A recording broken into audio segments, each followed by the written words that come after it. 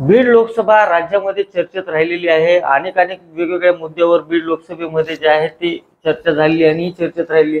कायदा सुव्यवस्थे संदर्भामध्ये आता मतमोजणी संदर्भामध्ये ठोस पावले जे आहेत ते पोलीस अधीक्षक नंदकुमार ठाकूर यांनी उचललेले आहेत.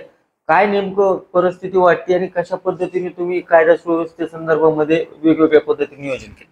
काउंटिंग बंदोबस्ताच्या अनुषंगाने आपली जो विधानसभा क्षेत्र आहे हे मीडियामध्ये बऱ्याच चर्चेत राहिलेला आहे. त्यामुळे आम्ही या ठिकाणी स्ट्रॉंग बंदोबस्त ठेवतच आहोत.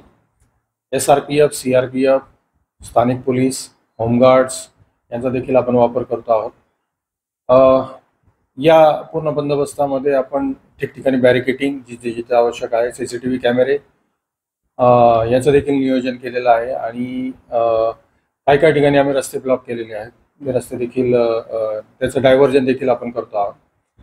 काउंटिंगच्या बंदोबस्ताचा जो मायन्युटली अभ्यास करून आम्ही त्याचं डिप्लॉयमेंट केलं आहे. त्याशिवाय याच्या अनुषंगाने आमच्या निकालाच्या अनुषंगाने तो निकाल काही जरी लागला तरी देखील दोन्ही शक्यता आम्ही म्हणजे संभाव्य गृहीत धरून बंदोबस्त प्लॅन केलेला आहे.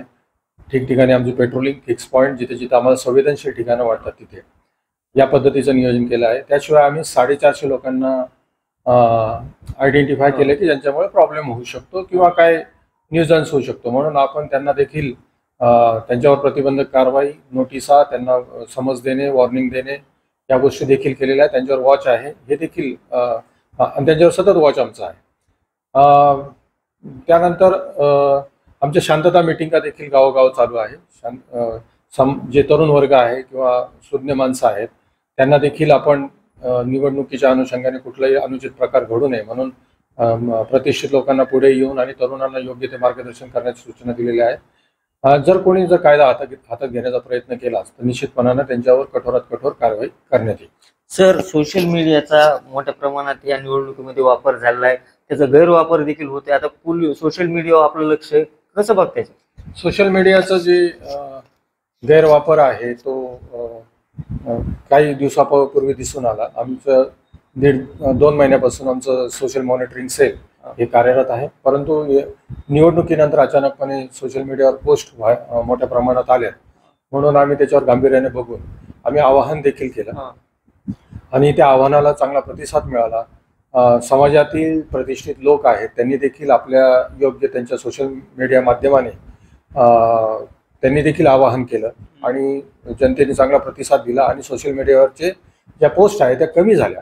तरी देखील अजूनही काही मंडळी आहेत की जे अजूनही ॲक्टिव्ह आहेत, केन प्रकारे म्हणजे प्रोवोकेशन करण्याचा प्रयत्न करतायत. त्यांच्यावर देखील आमचं लक्ष आहे आणि ते देखील आम्ही शॉर्टलिस्ट केलेले आहे. त्यांच्यावर देखील कारवाई करतो आहोत.